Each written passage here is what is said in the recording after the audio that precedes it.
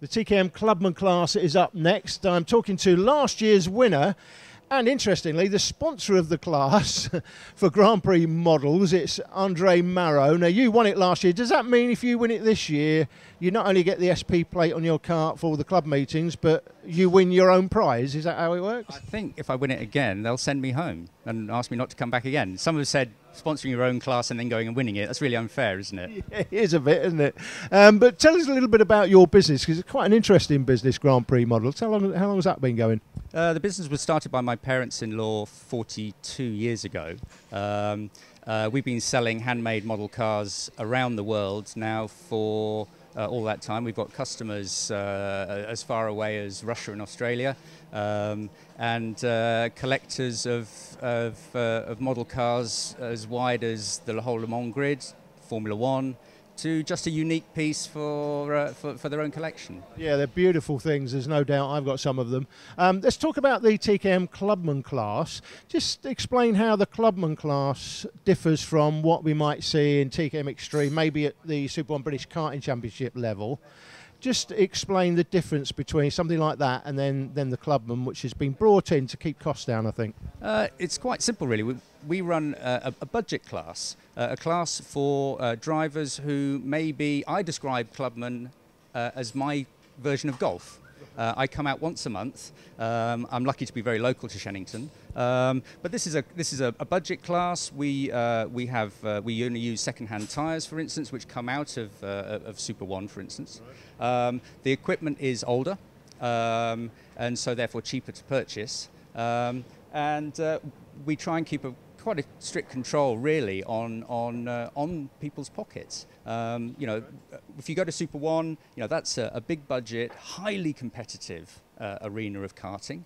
You know, and this is still competitive, though, isn't it? I mean, you're I think. I don't want to embarrass you, but you're 52, so you're getting on a little bit. Yeah. Still younger than me, but at 52, you're racing against 16-year-old kids, but obviously still highly competitive. So anybody else thinking, you know, well, it's all passed me by, that might do corporate events, there's still classes for people at the right sort of budget, isn't there? There definitely is. You know, this would be, I think, a quite good step up if you were coming out of, say, Club 100 or any of the other corporate karting classes.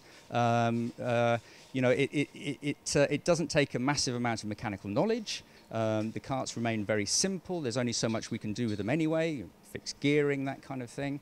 And that's what attracted me to it. I'd done several years in Rotax. I didn't need all the hassle that went with it, if you like. And this was a perfect solution. Well, if Andre Marot retains the SP plate, they'll be making a model of him next. Sam Baker, Christian Chater, Chris Yates, Matt Cardwell, Medlock, Sander, Kaiser, Hulaki, Herbert and Summers in the top 10. Then we move further down. Marot is going to be starting from P14 alongside Clive Carpenter, so he's got a lot of work to do, but if anybody can, Marot can. So here we go, up to the first corner for the first time, and straight away the battle is on as they go through Park into Cafe. And still at the front, Sam Baker, and it's relatively clean. One just spits out to the side, gets going again fairly quickly as we go down to the hairpin for the first time. Nice move here in the TKM Clubmans as we get ourselves through the hairpin. Is everybody going to get through neatly? Just about, but it was a little bit tight. Baker is your leader, though, still in the 38. Looking very clean out in front, Sam Baker, and running a beautiful start to this race on the Tony Kart TKM. Baker, Chater, Cardwell and Yates, top four as they come around Wilkins for the first time of asking. Nobody making a move in Wilkins. Well, somebody's trying to make a move there but can't get it done. So they go across the line then. It is Baker that leads it from Chater, Cardwell, Yates. Will Halaki is up to 5th place.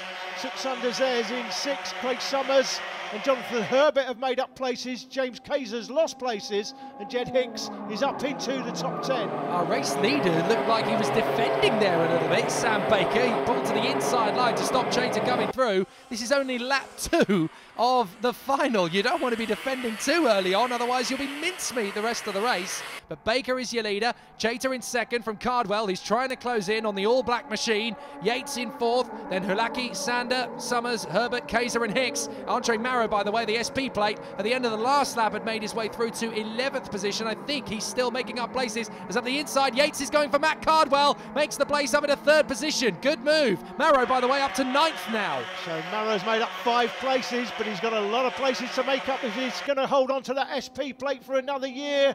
A plate that he won last year in a dramatic last lap, I seem to remember. So here's the battle further back. This is Will Halaki and Craig Summers, with Suxander having already got through into 5th position. Suxander doing a good job there behind Matt Cardwell. Andre Marrow now up into 8th place in front of James Kaiser, who both of which have got past John Herbert on that last lap. Find out more about racing on the Shenington circuit, one of the fastest in the country, sheningtonkrc.co.uk, one of the most incredible venues for British karting. It's an old school circuit that still has those flashes of brilliance from days of yore. Andrew Marrow there going through the picture all on his lonesome. There he is on the SP plate. Oh, we've got 2 coming together, 23 and the 47, Jake. Jed Hicks and Oliver Buskell, I'm afraid, have made contact. I don't know if they came together or whether they've both gone off at the same time, one spinning and then the other taking avoiding action. We didn't see that, but both drivers, Jed Hicks and Oliver Buskell, appear to be out of the action. Andre Marrow is closing up on the 7-kart battle in front of him in 8th position now. Summers is ahead of him, then Hulaki, then Sander, Cardwell, Yates, Chater and Baker. That's the calibre of drivers he's got to pass if he wants to retain the SP plate. He's got so much hard work to do, but he is making up the time. Up the inside, that is Sander going for the inside of Cardwell, and Yates, having worked his way up into 2nd position. Sander has gone through up into 4th place, so it's Baker, Yates, Chater, Sander, Cardwell and Hulaki. Baker's led this one from the start. To lead it from start to finish takes some doing. 29 making a move. That's Will Hulaki. Looks like he's moved back on Suxander. No, that's Cardwell he's got through. So yes, you're right. Sander's already up the road. He's made the move, and now Hulaki's made the move. So Cardwell down to 6th position, in real danger of losing the place again to Craig Summers.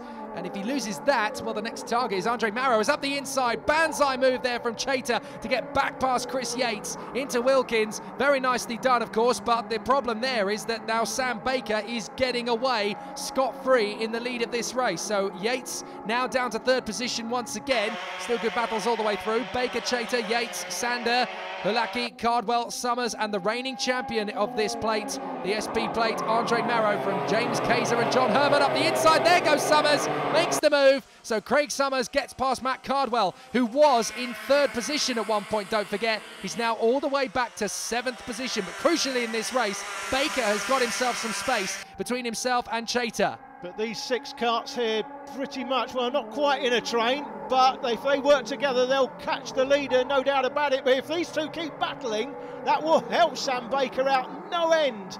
But it'll help Baker to win, but what it'll also do is it'll help Marrow to close them. Look, he's catching them big style in the blue and black suit as he charges forward. Great scrap this for 9th position. Kaiser, Herbert, Weinel Mayo, Medlock all the way down to 12th position now from Robinson and Clive Carpenter. Here goes the 27 on the inside. Yates makes the move and tries to get through because they've got the 24 up the road, Christian Chater. But Yates just hangs on in front of Suxander, who tried to come through into 3rd position. The door is well and truly shut as Andre Marrow still closes up on these guys. He's getting closer and closer. He fancies one of those Grand Prix models that he's given away. He fancies holding on to one of them at least. But still got a bit of work to do, but he's getting closer. I tell you what, I fancy that Hamilton one with the Union Jack. It's going to set me back a bit, but it's a really nice model, and one of these drivers is going to walk away with it. You're not getting a free one. No, definitely. I know you're trying to get a free one. You're not getting a free one. You've got to work hard at these events to come away with some nice prizes. Baker in the lead, Chater 2nd, Yates is there in 3rd, or is he? He gets the move on the inside of Christian Chater. Chater gets him on the undercut. He's got a problem, is he? Yes, Chater's got a problem. His hand is in the air. His engine has just died. What a disaster for Christian Chater, battling for 2nd place. His race is over. And that overtake there, that move, has helped out Sam Baker yet again. And we've got another 2 battling here for 2nd and 3rd place. So it's Chris Yates who's up to 2nd place. Suxander there is in 3rd. And look, Andre Marrow is closing in on them again. He's taken even more time out of that 5-kart group. So it's Baker, Yates, Sander, Hulaki, Summers, Cardwell and Andre Marrow now in 7th position. Marrow fancies the job here, doesn't he? In 7th, he's getting that much closer, but this is the battle that could determine the win, because if they keep battling and don't work together, the man up the road, Sam Baker's just going to have an easy day at the office. Yeah, they're going to run out of time if they don't start assisting each other, as the 46 there of George Robinson makes a nice move on James Kayser in the further back battle. This is a replay of, whoops, and losing it on his own there. Who was that? That was the 61 of Dale Halfpenny. I say Halfpenny, Jake. That's what you'd probably call him. I call him Dale Halfpenny as the 29 makes a move. Oh, and that was very... Well, that was very nearly Craig Summers getting spun out there by Cardwell. But look, Andre Marrow is right on the back of them. He's done all that hard work, closed them up in 7th position, and we're on the penultimate lap. So Marrow has got himself up into, what is that now, 6th position. He's got past Summers. So Marrow is on the charge on the penultimate lap. He's up to P6, trying to take on Cardwell. Cardwell, meanwhile, is on the inside of the 29 himself of Will Halaki, but Marrow has a chance here. So Cardwell's through to 4th, signals to him, look, we're losing the top 3. Let's work together and catch them. Halaki now 5th, Marrow 6th, and Summers 7th. It's game on for the 4th position battle, but 2nd is still being debated between Chris Yates and Suxander. Marrow swarms out there behind the 29 of Will Halaki to try and come through. Halaki working on the back of Matt Cardwell to try and gain some time, but I'm not sure they are going to close up on the podium position. So now the battle goes on as Andre Marrow goes up the inside, takes the place off Will Halaki. Does he? Oh no, Will Halaki sits himself back on the inside line. There's your leader, Sam Baker. Yates has got Suxander underneath him, and look at the squabble now as it's 4 wide nearly. That is amazing. Cardwell back on the inside of Andre Marrow. Marrow's going to try and get him on the undercut, but all of that allows Will Halaki through into 4th position. Sander goes for the inside of Yates and pitches him off.